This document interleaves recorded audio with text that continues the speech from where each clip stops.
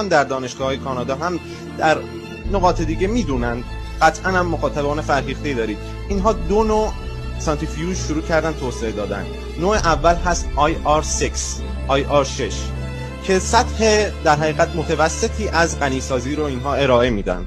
اما جمهوری اسلامی روی این سانتریفیوژ تمرکز نکرده، یعنی اینها به متوسط راضی نیستند و تمرکزشون رو گذاشتن روی سانتریفیوژ IR12 که در حقیقت قدرت بسیار زیادی داره و هیچ کاربردی نداره به جز کاربرد نظامی و جنگی. این رو من اگه از جزئیاتش بخوام برای شما بگم، این هستش که این در حقیقت سانتریفیوژ یک کلاهک بسیار بزرگ و حجیمی داره و اینطور که ما محاسبه کردیم، جمعی از اساتید، بنده با دانشجویانم مصاحبه کردیم، این کلاهک این قابلیت رو داره که در کون شما فرو